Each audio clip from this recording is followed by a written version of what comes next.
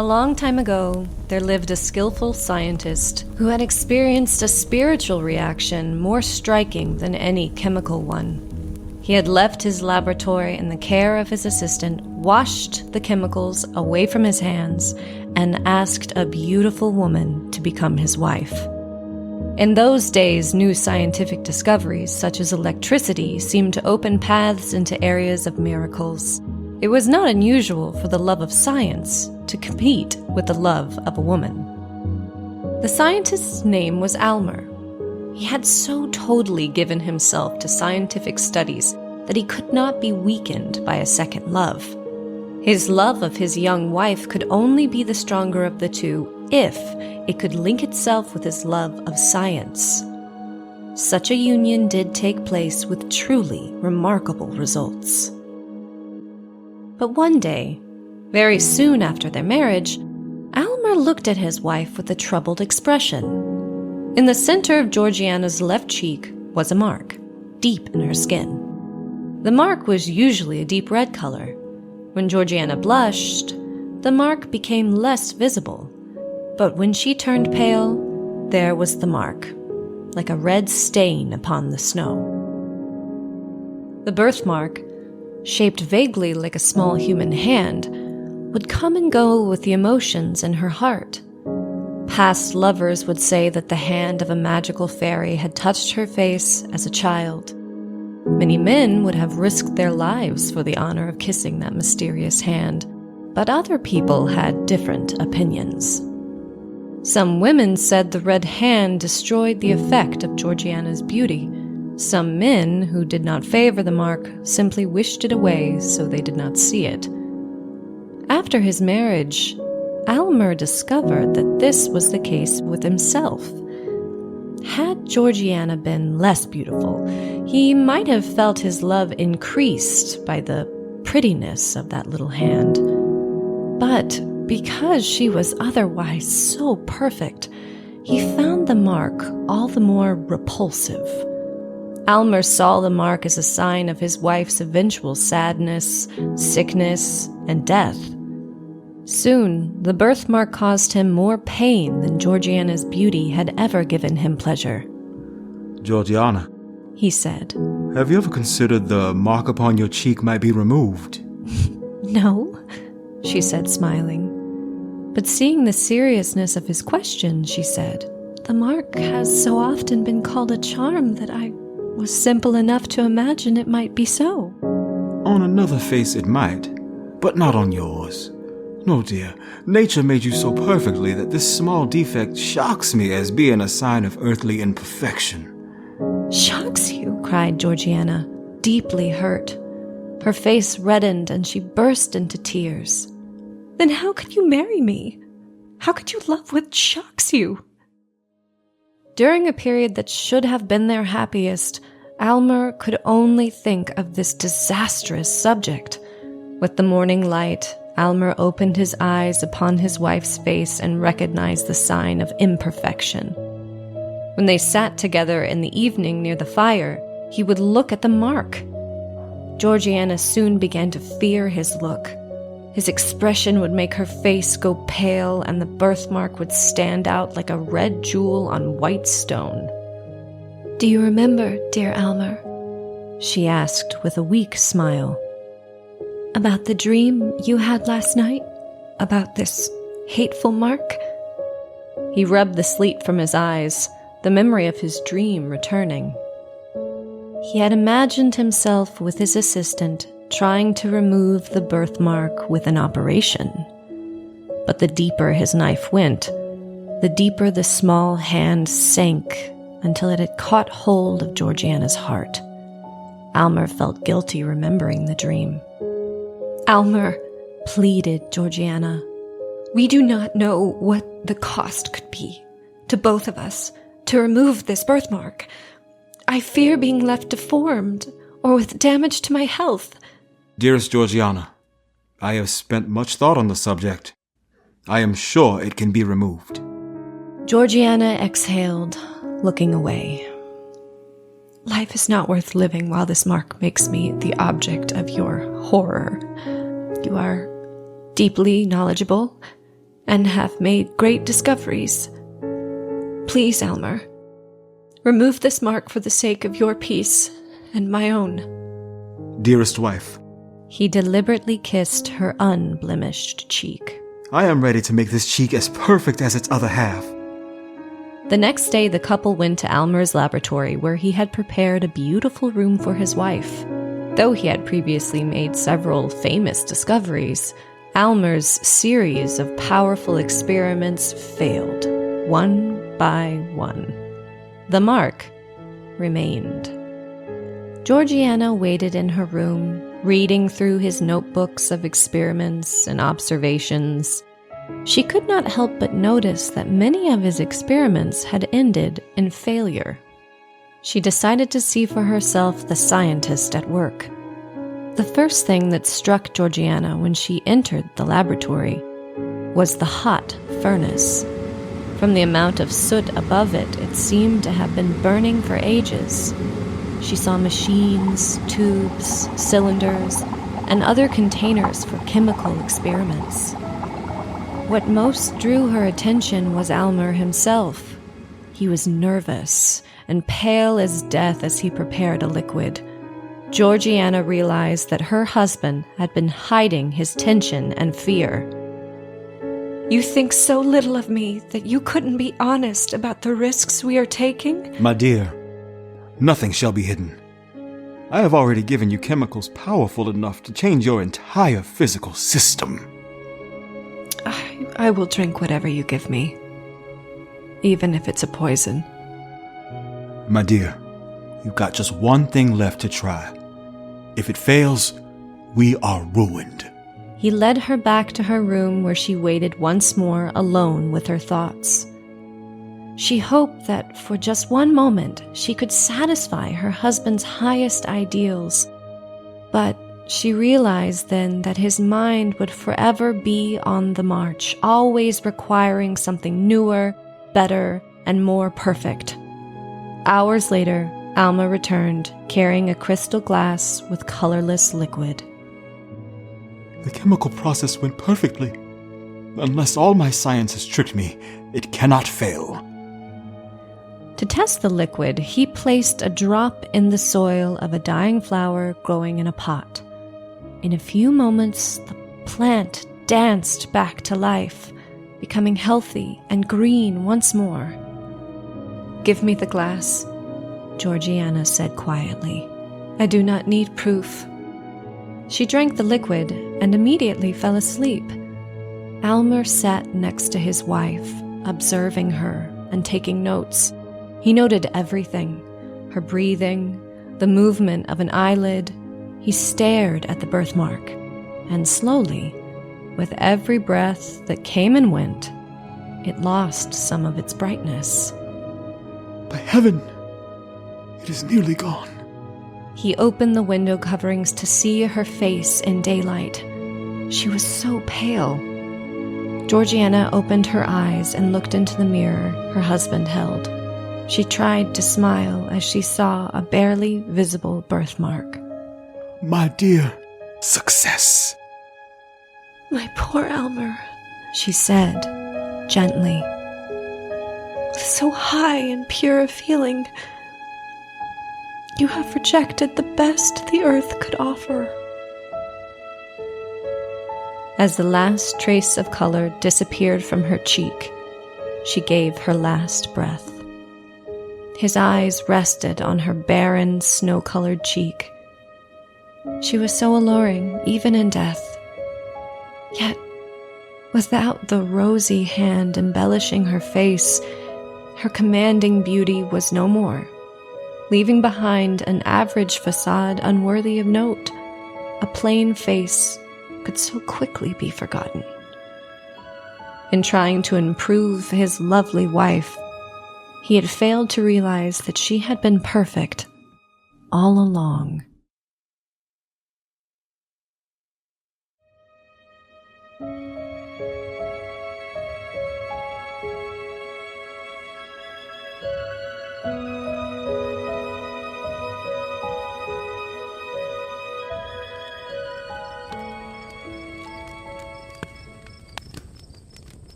Dr. Marilyn York was relocating her family from Park City, Wisconsin to West Plainfield, Texas, where she planned to open her own practice. She'd previously flown out with her husband Roger to view houses, closing on one shortly thereafter. Now they packed the van and Roger set off for their new home with their 2-year-old son, as Marilyn needed a few final days to wrap up with her patients. Before they left, they set a timer on the Polaroid camera and took 2 family photos in front of their former home, one for each of them. The photos captured the moment perfectly, the family excited for their new life. But they never made it, and Roger never called. Marilyn reached out to the police, and while they immediately began scanning their route for the license plate, she couldn't sit around worrying. She canceled all upcoming appointments, and a colleague, Henry, picked her up in his station wagon along with the rest of her belongings. They stopped at just about every diner, gas station, and rest stop that they passed, but no one recognized her family or their vehicle. Neither did anyone at the inns or motels. Hour after hour, stop after stop, the Polaroid photo never left Marilyn's grip. They didn't remember pulling off of the main highway, but they'd stopped seeing any road signs long ago, along with anywhere to stop. As the sun lowered in the sky, the pair began to worry. They were sure they'd see a gas station by now, but the endless darkness of the desert continued on forever. There were no other headlights or any lights at all, just a wall of black on the other side of the windows, except for the passing dirt visible in the dim headlights. Finally, they saw a large, hand-painted sign in the distance just off the road. "Bender Inn," it said. "Last stop for miles. Jerky, gas, rest." They felt unbelievably lucky. As they turned off the road, Marilyn wondered if her family may have been in the same situation, though their van didn't go through gas as quickly as Henry's station wagon. The dull shadow of an old barn came into view against the sky. On the side, in the same sloppy painting as the sign by the road, was written "Inn" in dripping capital letters. There was one lone gas pump out front, below a dim, flickering orange light. Henry parked next to the pump, and Marilyn began grabbing a few things while he went to fill the tank. The nozzle coughed as he squeezed the trigger. He squeezed it again, and it clicked, but nothing came out. He hit the body of the pump with the palm of his hand, and a tinny echo rang out. They'd have to ask inside. Walking towards the door, Marilyn noted several cars parked around back of the building. They entered the windowless door into a low-ceiling room with untreated, dirty wood floors and the immediate smell of must and body odor. There was a kitchen area on the left and a long table with a few clearly handmade crafts, seemingly from animal bones and feathers. On the right, a counter of dried goods and meats. Running the length of the entire room from floor to ceiling was a dirty burlap divider of some kind, like they'd split the back half of the room into another space. In front of the curtain was a dining set with 6 chairs. From around the back, an old woman entered the front, wiping her hands. She looked angry, but waved them in. The woman didn't speak any English, but she was used to communicating with travelers. Though, as hard as they tried to ask about the gas pump, she didn't understand. Eventually, they gave up, and she gestured that she was going to cook. The old woman began working in the small kitchen, and Marilyn and Henry were left to look around the place. A while had passed when the front door burst open. A large man entered, dirty and greasy and furious. He screamed about the car parked out front. Henry apologized and explained they needed gas. The old man laughed, spitting his tobacco onto the floor, and said it hadn't pissed up anything in 40 or 50 years. Baffled, Marilyn and Henry pleaded for any kind of assistance. Finally, he agreed to make a call about a gas delivery, but only if they moved their car around the side.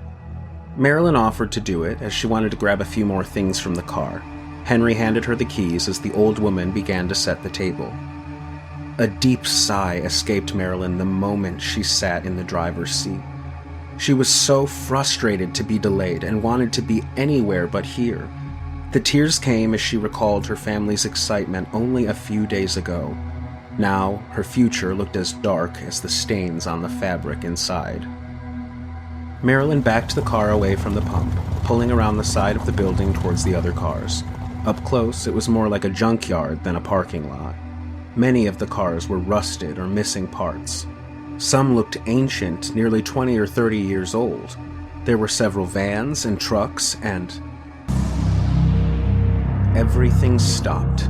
Directly in front of her sat her family's van. The license plate had been removed, but she was certain. She threw the car into park and hurtled towards the van, shoving her face up against the window and looking inside.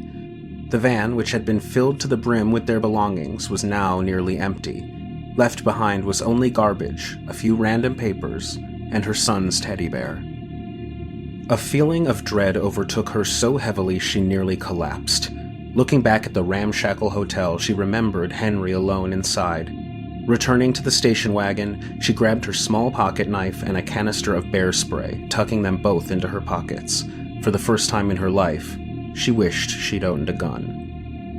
Upon opening the door, she noticed a fresh presence in the room. A young, beautiful brunette who was shamelessly flirting with Henry. Hearing Marilyn return, Henry looked back with a huge grin. They were going to be the guests of honor, he said. He pulled the chair back from the head of the table and waited for her to sit. Marilyn wanted to grab him and run, but there was nowhere to go.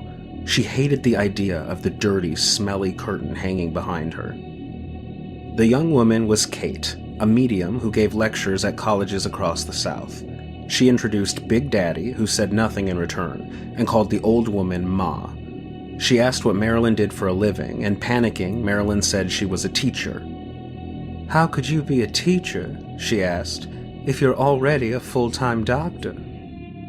Marilyn's eyes shot to Henry. He nervously laughed, explaining he'd already shared how they knew each other. He looked at Marilyn like she was acting strange. She continued, apologizing. Sometimes she liked to create a new identity when she was on vacation, she said. "Vacation, huh?" Kate pestered again. "So you're not looking for your missing family?" If looks could kill, Henry would be dead on the floor.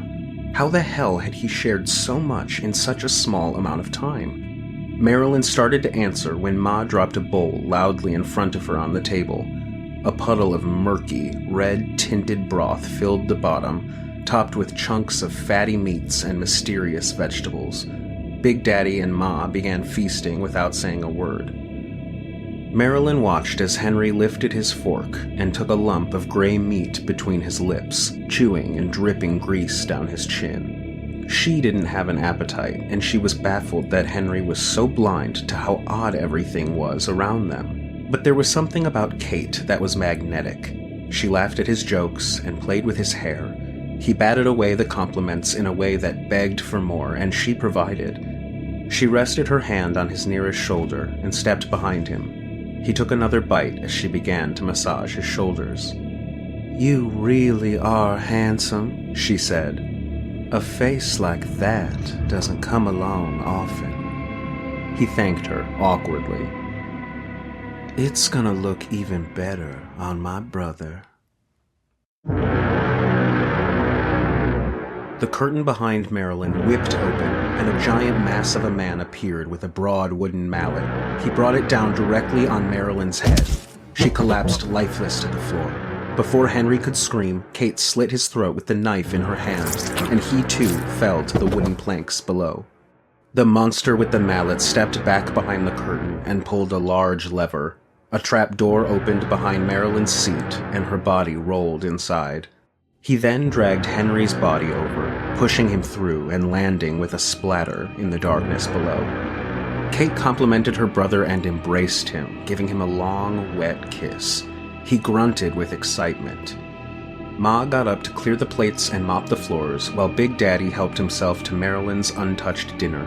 He stabbed a chunk of meat with his fork and smeared it through the blood on the table like steak sauce. Time passed. Maybe minutes, maybe hours. Marilyn woke up from the jolt of Henry's body being lifted off top of her where he had landed. Her head was throbbing and the air tasted like pennies. Though her vision was blurry, she watched the man as he set to work, now wearing a butcher's apron. He pulled a massive, rusty meat hook down from its chain and hoisted Henry up. In one slick move, he hooked the metal into Henry's back, releasing the body's full weight to dangle from the rafters. The butcher looked back at Marilyn, who had barely closed her eyes, pretending once again to be dead. She had only just now seen his face for the first time. He looked so familiar. She didn't open her eyes again after that. The noise was enough. The butcher pulled and twisted, accompanied by a chorus of slurping and squirting, even splattering across Marilyn's face at one point. She flinched so slightly, and the man looked at her again, but she was still. He crossed to a counter of tools below a small mirror on the wall, and Marilyn finally caught a clear glimpse of his face. Or rather, her husband's. The man was wearing a distorted, bent, hand-sewn mask made of Roger's own face. Grunting, the man walked off to the back of the room, and Marilyn heard a door open and close. She stood up, but fell back to the floor as her head throbbed with every beat of her heart. She took a deep breath and stood again, steadying herself on a table nearby. Her eyes focused on the contents of the table, and she saw what looked like a bowl made of a human skull, overflowing with bone fragments, hair, and fingernails. She pushed herself away from the table and walked to what was left of Henry, confirming that he had no pulse. The butcher had been harvesting his skin. Though she'd hoped for his sake that he was dead, she now had to accept that she was totally and utterly alone with the Benders. The entire basement was filled with an inch or so of warm brown liquid. The space contained tables, boxes, and trunks of rusty hunting gear, and torture devices, knives and machetes, bits and pieces of animals and human bodies. Working her way through the room, she hoped to find an alternate exit. But it was too late. She heard the door open. The butcher was coming back. Marilyn moved as quickly as she could, returning to where she'd come from and pretending once again to be a corpse. The man walked into the room with his most horrifying tool yet, a chainsaw. He pulled the cord and the chain revved to life. Carefully, the butcher began to remove Henry's legs. Taking advantage of the noise, Marilyn got up from the floor and began running, making it nearly to the door before he noticed. The man whipped around, flinging the chainsaw through the air, clashing into everything near him, and followed.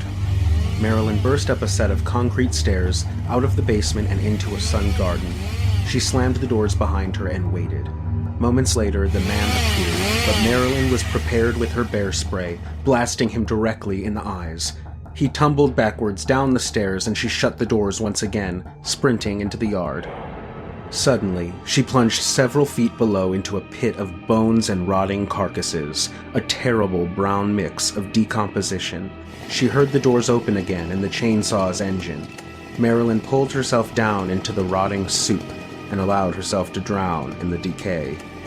The man came to the edge of the pit and looked down. He rubbed his eyes and looked again.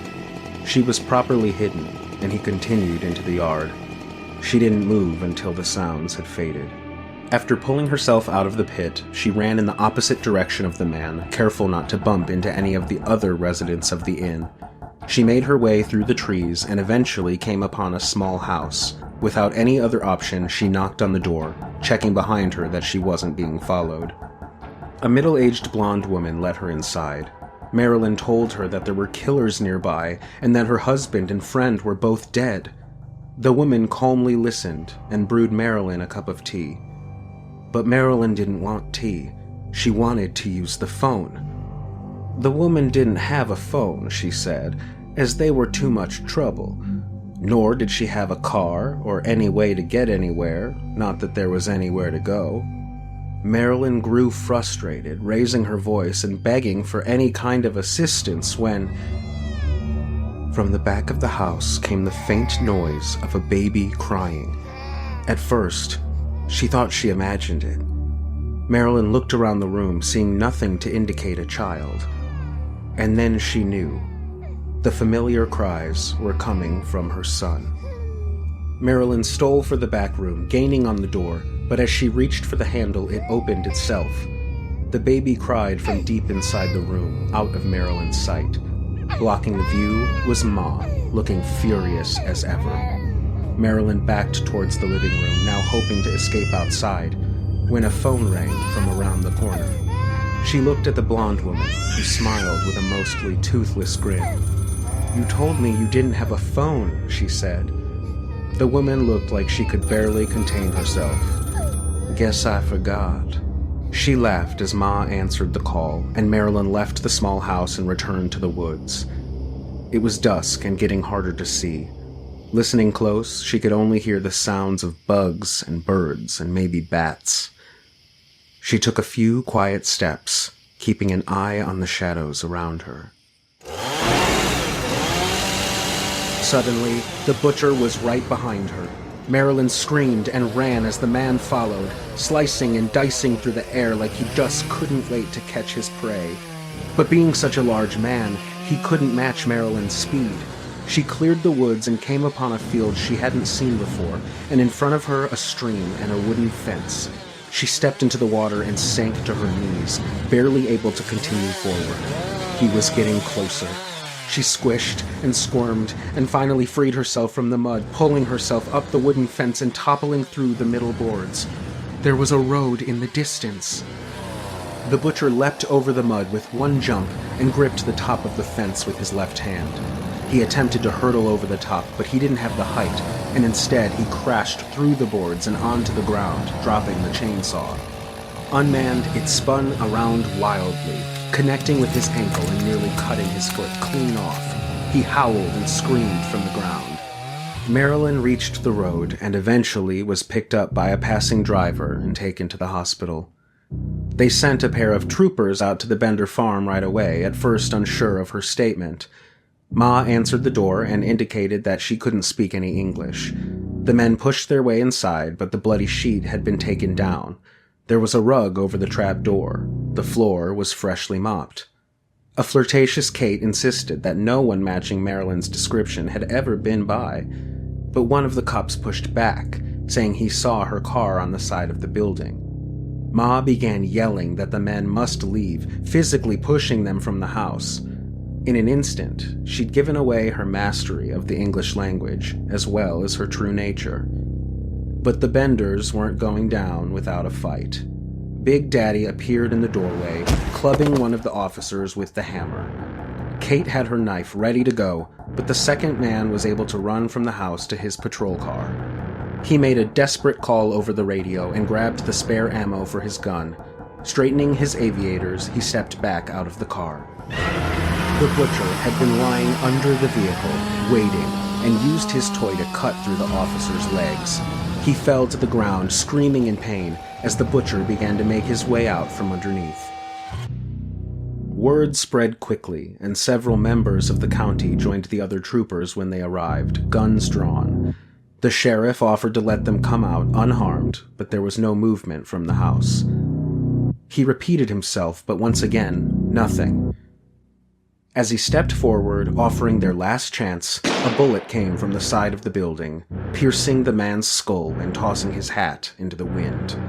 From there, it was war. The mob shot and shot and shot at the house until most of them were out of bullets.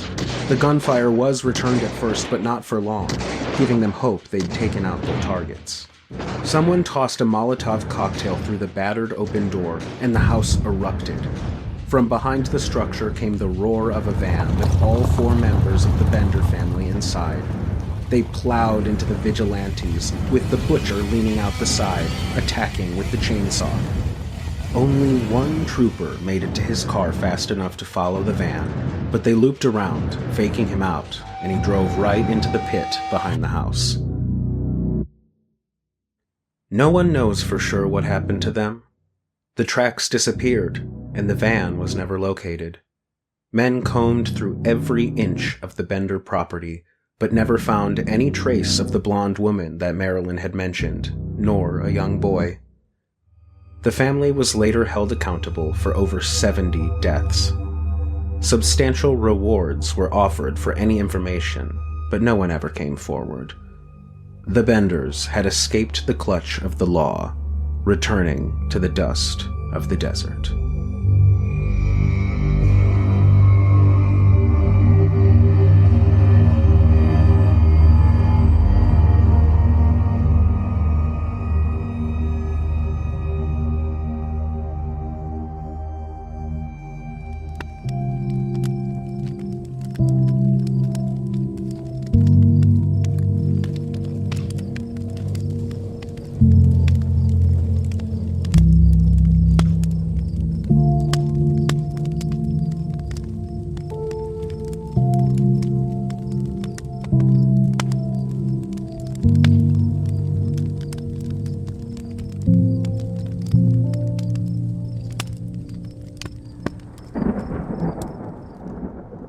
The Bordens were the most important family in the town of Fall River.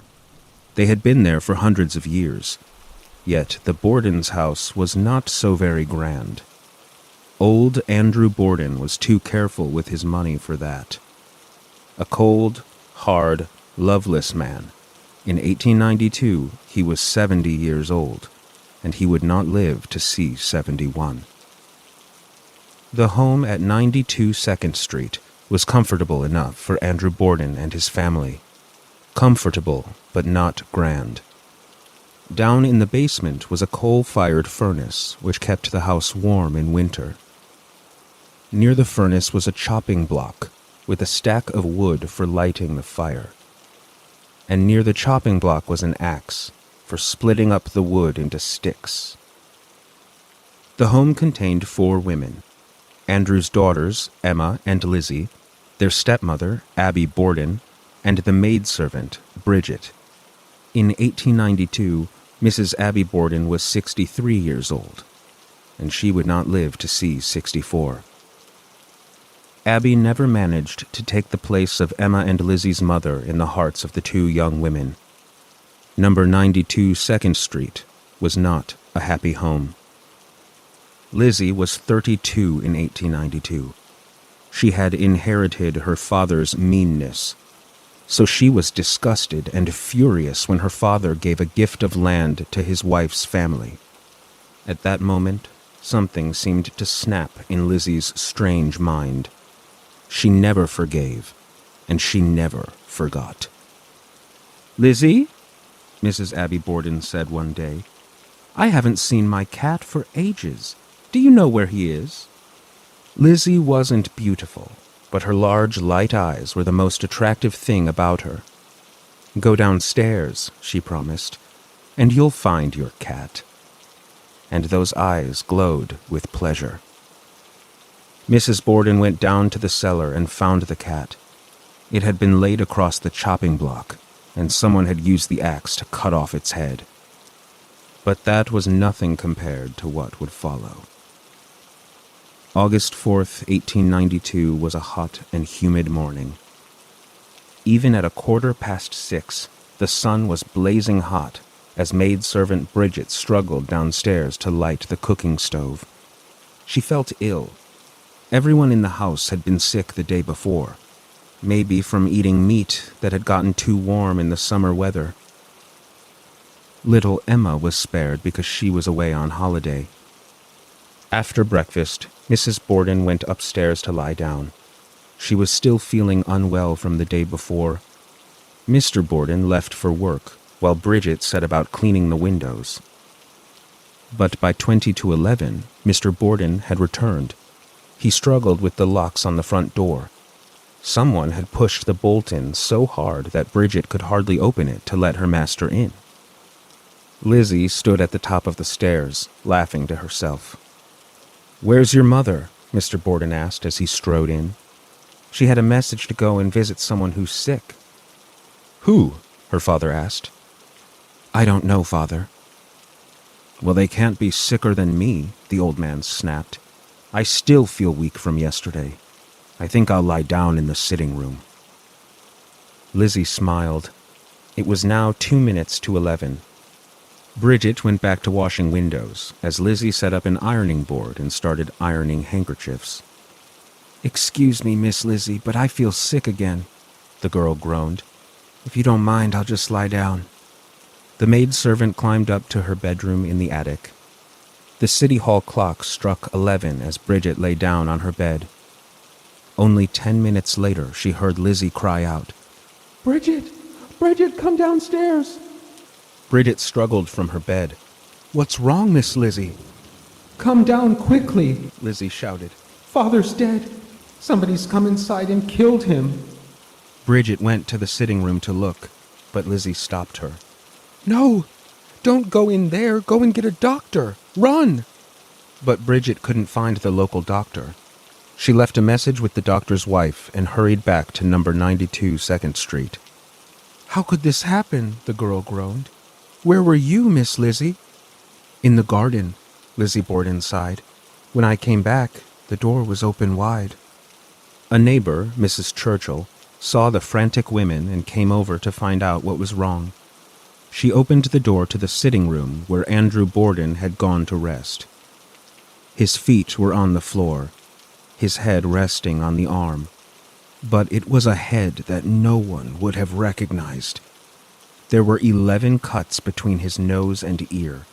One blow had sliced his eye in half, and another had almost cut his nose clean off. Blood covered the walls, the floor, and the sofa, but Andrew Borden hadn't moved. His killer had slaughtered him as he slept. Mrs. Churchill backed out of the room. "Where were you when this happened?" she gasped. "I was in the barn," Lizzie murmured. "Your poor mother. Where is she?" Lizzie shrugged, helpless. "She went to visit a sick friend. I don't know who." Mrs. Churchill took charge. She sent messages for the doctor and the police. By 11:30, she returned to the house of death on 2nd Street. "If only we could find your mother, Lizzie," she said. "Maybe we should send a message to her friend, Mrs. Whitehead." "No," Lizzie answered sharply. "I'm sure I just heard her come in the front and go up to her room. Bridget, go and see." But Bridget wouldn't go alone. "I'll go with you," Mrs. Churchill offered. The two set up the front stairs. They didn't need to climb quite to the top. The bedroom door was open. Bridget stopped. Behind the bed, half hidden, lay Abby Borden's body. Mrs. Churchill pushed past the rigid maidservant and looked at the gruesome sight. 19 blows had rained down on the back of her head, and one had chopped deep into her neck. But the blood had started to dry and turn dark. In that hot house, which was home to such cold people, Lizzie Borden stayed cooler than ice. As her parents' corpses lay in their blood-stained rooms, she said calmly, "I think I'd prefer them to be buried by Undertaker Winwood." The public believed in Lizzie's innocence at first. After all, she was a Borden, a lady from the finest family in Fall River.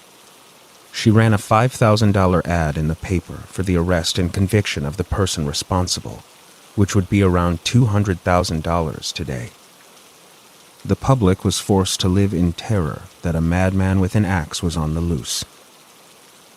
That same Friday, the Fall River police found a new, amazing fact. The day before the murders, Lizzie Borden had been to a local chemist shop where she tried to buy some deadly poison. On Saturday, the funeral was held for Abby and Andrew Borden. On Sunday, Lizzie was found trying to burn an old dress. "Why are you doing that?" a friend asked. "It's covered in paint," Lizzie said. "But it looks so suspicious burning old clothes. The police will say you're trying to hide bloodstains." "Ah," Lizzie gasped. "I didn't think of that. I only wish you'd stopped me sooner." But mean Lizzie Borden had burned a dress that was only 10 weeks old. Something unheard of in the penny-pinching Borden house. And 1 week later, the Fall River police arrested Lizzie Borden for the murders. Lizzie's theory was that her father had not been a popular man, and surely there were plenty of men and women who wanted to see him dead. She suggested that the killer had slipped poison into the Borden's milk that Wednesday morning, but it was only enough to make them sick, not take their lives. So the following morning, the killer returned to finish the job. Mrs. Borden received a note requesting that she visit a sick friend and left for the day while Lizzie went out to the barn. Meanwhile, an ill Mr. Borden came home early and laid down to take a nap. Bridget, the maid, was sick as well, and at some point rushed out of the house through the back door to vomit, leaving the door open for a few moments. That was when the killer snuck inside, and with one of the axes from the Borden cellar, hacked Andrew Borden to death. When Lizzie suddenly returned from the barn, the killer was forced to hide. This is when Lizzie discovered the body of her father and asked Mrs. Churchill to fetch the police. Now, Mrs. Borden returned from visiting her friend and the killer followed her upstairs to take her life with the same axe. This person then escaped through the front door while police entered through the back. The trouble is, experts were certain that Mrs. Borden had died before Mr. Borden, which explains why the blood was already dry. There was no indication that Mrs. Borden had ever left the house that day, and likewise, no sign whatsoever that Lizzie had gone into the barn. The policeman that entered the barn first swore that the floor was thick with dust, and there was not a single scuff or footprint in sight. The trial was almost a year later, and in the middle of another heat wave. Inside the courtroom, which was over 100 degrees, the lawyer had placed 2 items on the table, covered in tissue paper.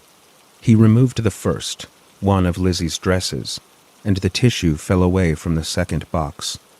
It contained the shattered skulls of Mr. and Mrs. Borden.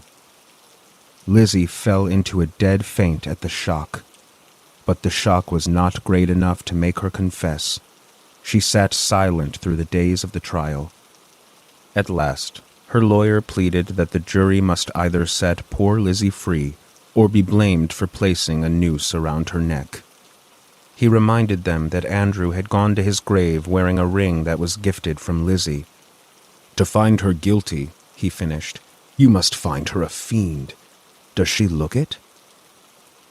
The 12 men of the jury looked at Andrew Borden's little girl. Her large, pale eyes looked back, eyes that had never shed a tear for their deaths. Yet, as her lawyer claimed, the eyes that cannot weep are the saddest eyes of all. The judge turned to her and asked, "Lizzie Borden, have you any words you wish to say to this jury?" She rose slowly to her feet, bowed before the judge, and looked straight at the 12 men. "I am innocent. I leave it to my counsel to speak for me." 13 words. The only words that Lizzie Borden spoke at her own trial. The jury voted. The clerk of the court asked, "Gentlemen of the jury, have you reached your verdict?" "We have." "What do you say?" "Not guilty." A huge cheer swept the courtroom. Lizzie sat back in her seat and at last managed a tear, in sheer relief that her neck had been saved. So what if the killer was a member of the household, but it wasn't Lizzie? One scholar suggests that Bridget, the maid, had had enough of the Bordens, mean and thoughtless people who demanded the hardest labor even on the hottest days of the year. So she tried to poison them, including taking some herself, but it didn't work. So the following day, in the midst of her chores, she took an axe from the cellar and crept up to Mrs. Borden's room. The woman was kneeling on the floor over a large piece of embroidery. It was too easy. So she smashed the axe down over and over into Mrs. Borden's head until she was exhausted. Then she cleaned herself up and went out to the barn to fetch some water. At this time, Mr. Borden returned home and went to rest, and Bridget suggested that she would lay down too. When Lizzie went out to the barn, Bridget killed Andrew. There were fewer blows, and they were weaker ones, because Bridget was now too tired to do more. When Lizzie discovered the body, Bridget suggested that she could be blamed, and they agreed on the story that Mrs. Borden had left the house. And of course, Bridget refused to go up to Mrs. Borden's bedroom alone, because she knew what she would find there. But some say that Lizzie got away with murder. And the truth was, many people knew that she hated her father and stepmother. So she waited until her sister had gone on holiday. Then, on that fateful Tuesday, she tried to buy poison to get rid of them. When the chemist wouldn't sell her poison, she was able to find another option elsewhere. It just happened to be less potent. She slipped it into their food on Wednesday, even giving herself a little so no one would suspect. But it wasn't enough to kill them. The next morning, she waited for her father to leave before creeping upstairs and hacking her mother to death with the axe. She then had well over an hour to clean herself up before her father returned.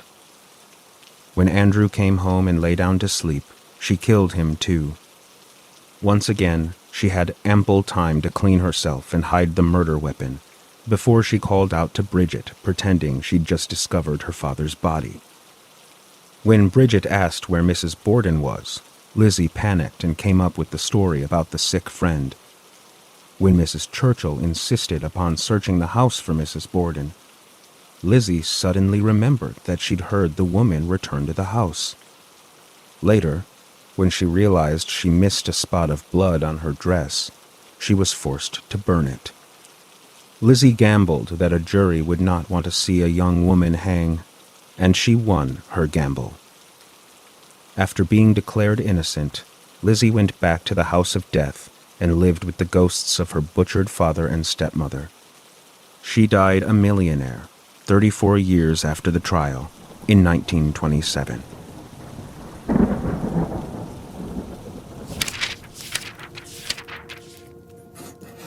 I have not yet met the woman in number 212. I don't even know her name. She never patronizes the hotel restaurant, and she doesn't use the lobby. On the 3 occasions when we passed each other, we didn't speak, although we nodded in a semi-cordial, non-committal way. I should like very much to make her acquaintance. It is lonesome in this dreary place. With the exception of the aged man down the corridor, the only guests are the woman in number 212 and myself. However, I shouldn't complain. The quiet is precisely what the doctor ordered. I wonder if the woman in number 212, too, has come here to rest. She is so very pale, but her paleness is not sickly. It's rather wholesome in its ivory clarity. She appears tall, walking erectly with a brisk stride. She must have arrived in a car, for she certainly was not a passenger on the train that brought me, though she arrived very soon after myself. I had briefly rested in my room and was walking down the stairs when I encountered her ascending with her bag. I found it odd that the bellboy did not show her to her room. It is odd, too, that with so many vacant rooms in the hotel, she should have chosen number 212 at the extreme rear. The building is long and narrow, 3 stories high. The guest rooms inhabit the east side. The west contains an abandoned business building. The corridor is long and drab, and its stiff, cracking paper exudes a musty, unpleasant odor. The feeble electric bulbs that light it shine dimly as from a tomb. Revolted by this corridor, I insisted vigorously upon being given number 201, which is at the front and blessed with southern exposure. The room clerk, a disagreeable fellow with a hideous mustache, was very reluctant to let me have it, as it is normally reserved for some important guests. I fear my stubborn insistence has made him an enemy. If only I had been as self-assertive 30 years ago, I should now be a full-fledged professor instead of a broken-down assistant. Oh well. The summer's rest will probably do me considerable good. It is pleasant to be away from the university. There is something positively gratifying about the absence of greasy student faces. If only it were not so lonely. I must devise a way of meeting the pale woman in number 212. Perhaps the clerk could assist. I have been here exactly a week, and if there is a friendly soul in this miserable little town, he has escaped my notice. The workers at the hotel and restaurant would accept my money with flattering eagerness, but studiously avoid even the most casual conversation. Despite the coolness of my reception, I have been frequently venturing about. In the back of my mind, I have kept hopes of encountering the woman at number 211. I wonder why she has moved from number 212. I can think of no advantage in coming only one room nearer to the front. I noticed the change yesterday when I saw her coming out of her new room. We nodded again, and this time I thought I detected a smile in her somber black eyes. She must know that I'm eager to make her acquaintance, yet her manner forbids it. I'm not the sort to run after anybody. I wonder where the woman takes her meals. I've stopped visiting the hotel restaurant and began patronizing the restaurants outside. At each, I ask strangers about the pale woman in number 210. No one at any restaurant remembered her having been there. The pale woman must be difficult to please, for she has changed rooms again. I am baffled by her conduct. If she is so consumed by convenience, why not move to number 202, the nearest open room to the front? I see we're closer neighbors now, I could casually say when I see her again. Oh, but that is too mundane. I must await a better opportunity. She's done it again. She is now occupying number 209. I am desperately intrigued by her little game. I waste hours trying to fathom its point. What possible motive could she have? I should think she would get on the hotel people's nerves. I wonder what our combination bellhop chambermaid thinks of having to prepare 4 rooms for a single guest. I am tremendously interested in the pale woman's next move. She will either have to skip a room or remain where she is.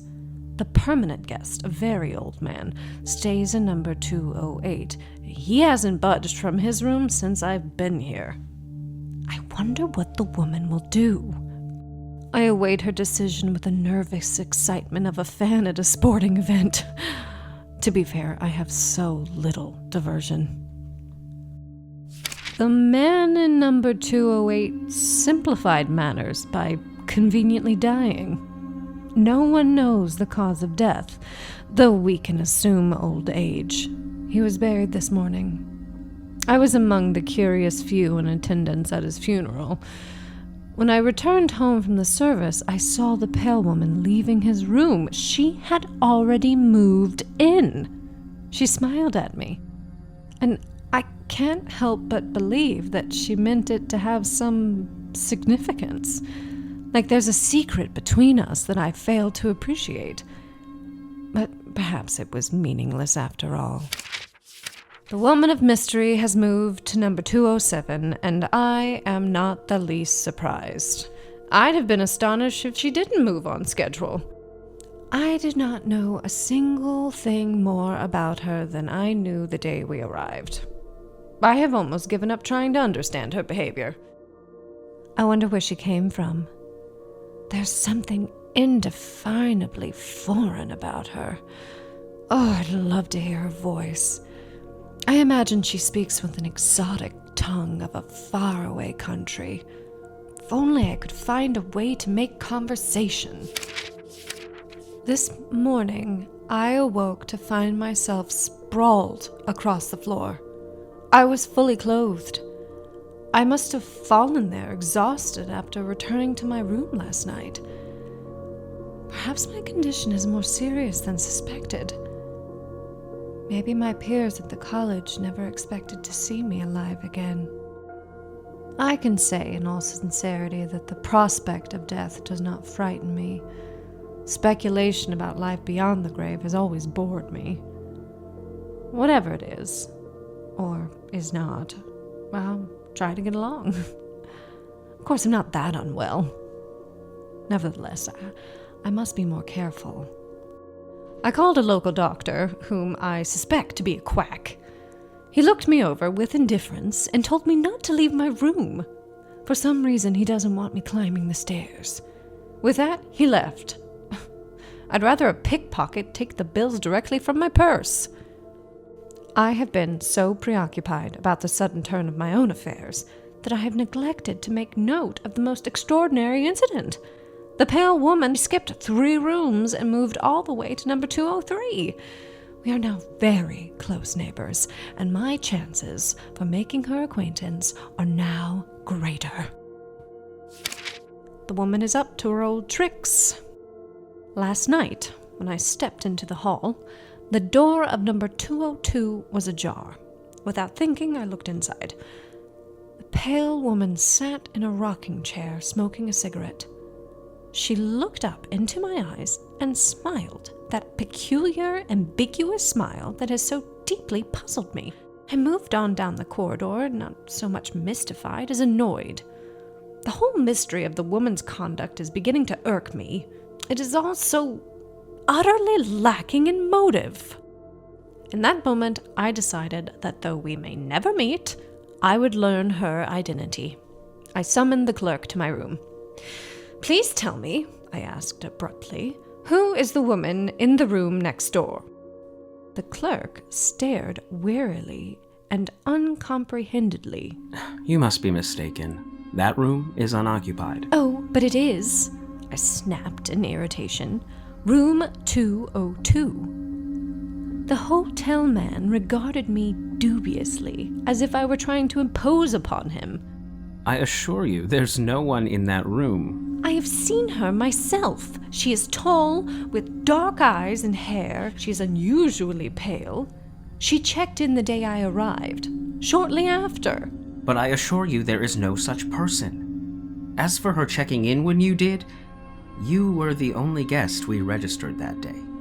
"What? Why, I've seen her 20 times. First, she had number 212 at the end of the corridor, and then she kept moving towards the front, and now she is next door in 202. The room clerk threw up his hands. "You're crazy!" He meant what he said. I shut up at once and dismissed him. After he had gone, I heard him rattling the knob of the pale woman's door. There's no doubt that he believes the room to be empty. Now, I understand the events of the past few weeks. I now comprehend the significance of the death in number 208. I even feel partly responsible for the old man's passing. After all, I brought the pale woman with me, though I did not set her path. Why she went room after room, crossing the threshold of the man in number 208, I can't explain. I suppose I should have guessed her identity when she skipped 3 rooms the night I fell unconscious upon the floor. In a single night of triumph, she was almost to my door. And she will be here soon to inhabit this room. And when she does, I will finally return her smile of grim recognition. In the meantime, I wait behind my bolted door.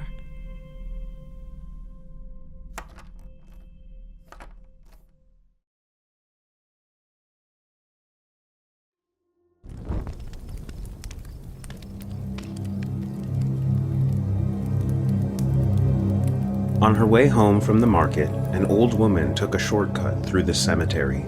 She was so hungry, and the money she'd saved had barely filled her basket. As always, she wondered how she'd make it to the next week, though she always found a way. As she passed under a massive weeping willow, she noticed that several gravestones were missing, and some plots had even been dug up. For what reason, she had no idea. Looking around, she seemed to be alone in the graveyard. With her mind wandering, she failed to keep her eyes on the path before her, and she tripped over something, falling to the ground. Sore, she looked back to see a large stick, or rather, some kind of bone. She picked it up, eyeing it carefully, and looking around once again, seeing no one. Without another thought, she added the bone to her basket and continued on her way. She thought of the vegetables she carried, corn and onions, green beans and carrots. Her stomach grumbled, thinking of the delicious soup she'd have for dinner.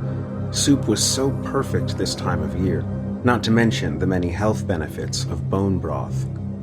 She started the pot of water immediately upon getting home, adding her fresh vegetables along with barley, potatoes, and seasonings.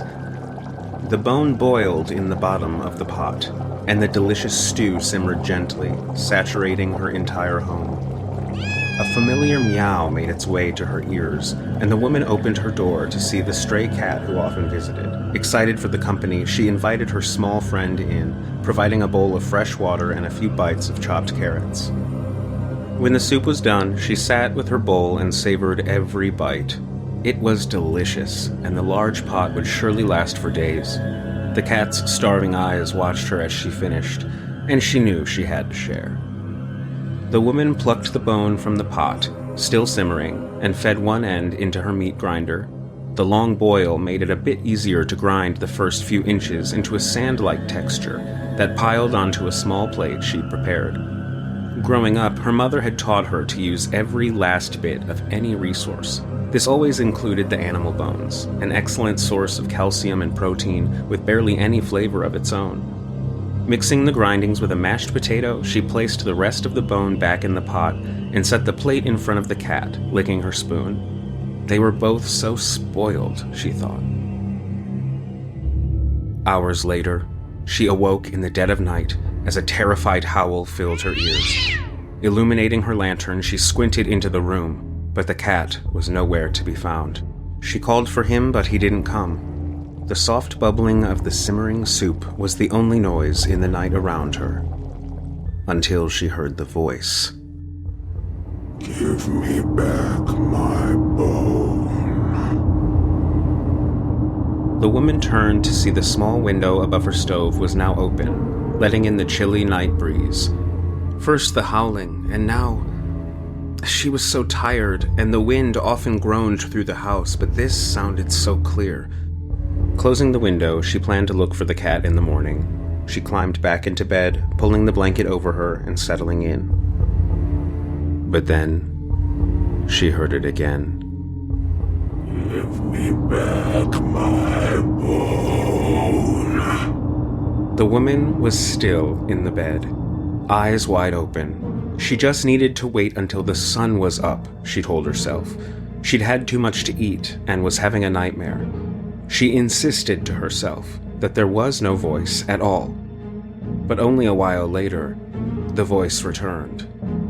I want my bone back. It came from right outside her door. She stole from the bed, plunging her hands into the scalding soup to retrieve the bone. She rushed to the window, opening it quickly, and tossed the bone into the darkness. "Take it!" she screamed. It was silent. Trembling, the woman shut the window once again with her charred hands and stepped back into her home. Had it worked? Was it gone? She could only hear herself breathe. I want my bone! The door burst open, and the woman screamed with mortal terror. "I gave you your bone! I gave it back! I'm sorry. I didn't know. I gave it back. What more do you want from me?" She sank into her bed as the being stepped through the doorway into her home. I want the rest of it.